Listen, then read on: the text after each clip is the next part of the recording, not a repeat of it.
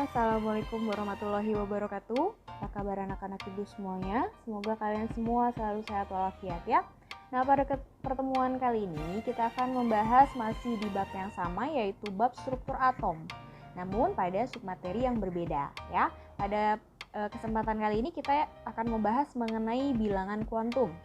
Jika sebelumnya kita sudah membahas mengenai perkembangan teori atom, kemudian lambang unsur, kemudian isotop, isobar, isoton, serta konfigurasi elektron. Nah, sekarang kita akan belajar mengenai bilangan kuantum. Nah, kalian bisa perhatikan di sekeliling kalian ya nak, bahwa matahari itu terbit dari timur di pagi hari. Kemudian ada juga bulan yang muncul pada malam hari. Nah, bumi juga mengelilingi matahari dalam 12 bulan. Dan masih banyak lagi keteraturan di alam semesta ini. Ya, sungguh hebat sang pencipta itu mengatur alam semesta ini dengan rapi. Bahkan sampai dengan tingkat yang paling kecil pun, yaitu elektron-elektron di alam semesta ini itu telah diatur dengan rapi. Nah, elektron-elektron tersebar di sekeliling atom dengan teratur berdasarkan tingkat energinya.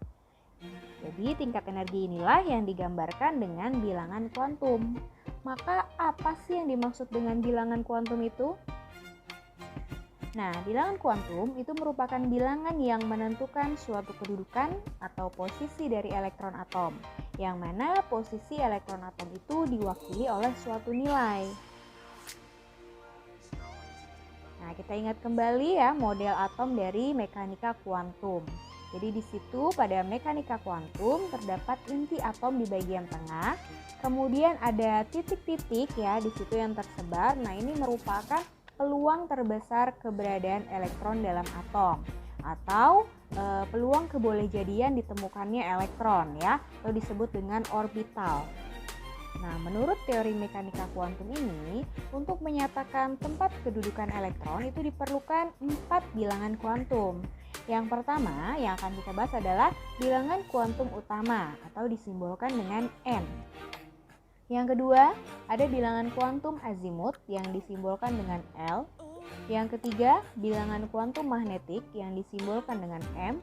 Dan yang keempat adalah bilangan kuantum spin yang disimbolkan dengan S. Baik, kita mulai dengan yang pertama, yaitu bilangan kuantum utama atau N. Bilangan kuantum utama ini menyatakan tingkat energi elektron atau kulitnya ya. Nah, kita sudah belajar bahwa kulit itu ada kulit K, L, M, dan seterusnya. Nah, untuk kulit yang pertama atau kulit K itu nilai N-nya atau bilangan kuantum utamanya itu sama dengan 1. Dilanjut dengan kulit L, berarti nilai N-nya atau bilangan kuantum utamanya adalah 2. Nah, menurut teori mekanika kuantum ya, konfigurasi elektron dari Na yang bernomor atom 11 itu adalah sebagai berikut ya. 1s2, 2s2, 2p6, dan 3s1. Nah, jika ditanyakan berapa bilangan kuantum utama dari Na, maka kalian bisa jawab ya. Kalian lihat elektron terakhir pada Na. Di situ ada 3s1. Nah, ini adalah kulit terluarnya ya, elektron terluarnya. Maka nilai N-nya itu mengikuti angka kulitnya, yaitu angka berapa? Angka 3 di situ. Maka nilai bilangan kuantum utama pada Na11 adalah N sama dengan 3. Yang kedua adalah bilangan kuantum azimut atau disimbolkan dengan huruf L. Nah, ini menyatakan subtingkat energi elektron atau disebut juga dengan subkulit. Nah, misalkan pada subkulit S ya, di situ dia memiliki bilangan kuantum azimut atau L-nya sama dengan 0.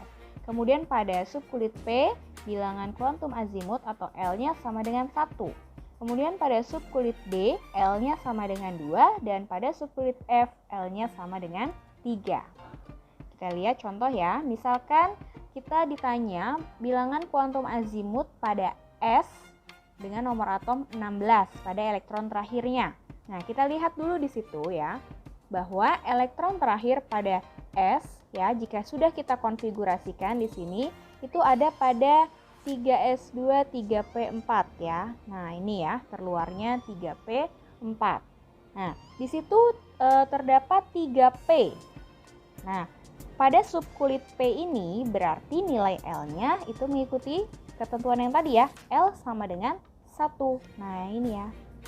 Nih, pada subkulit P.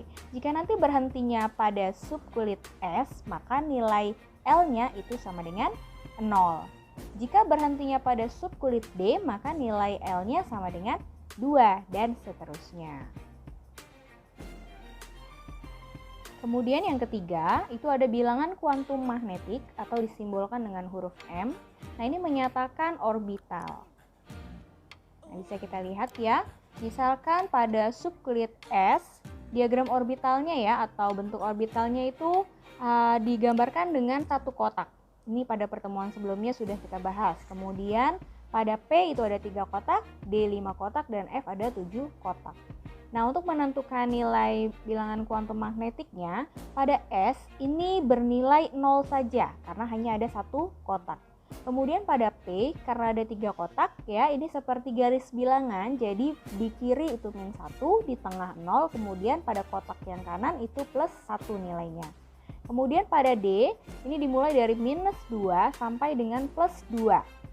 Pada F, nilai M-nya dimulai dari -3 sampai dengan +3.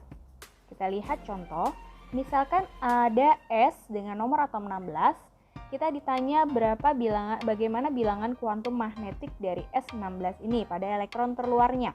Nah, kita bisa lihat ya di sini bahwa elektron terluarnya ada pada 3p4. Begitu ya. Nah, kita buat dulu 3p4 itu seperti apa bentuk orbitalnya ya.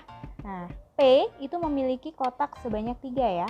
Kita buat 3 kotak. Nah, seperti ini. Kemudian berisi 4 elektron di situ karena ada 3p4. Kita buat ya. Pengisian elektronnya seperti yang sebelumnya, itu yang ke atas dulu ya, baru ke bawah ya. Sendiri-sendiri dulu baru berpasangan. Ini udah ada 3, kemudian satu lagi di sini. Oke ya. Nah, ini ada 4 elektron. Berhentinya di mana elektron terluarnya? Nah, bisa kita lihat berhentinya di sini. Oke ya, pada kotak yang depan. Oke. Nah, di situ untuk kotak yang paling kiri ini memiliki nilai M sama dengan -1. Kemudian di tengah itu 0 dan yang di kanan itu +1.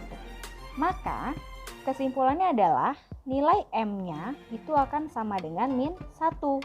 Kenapa? Karena elektron terakhirnya berhenti di kotak yang paling kiri, yaitu nilai M-nya sama dengan -1. Seperti itu ya.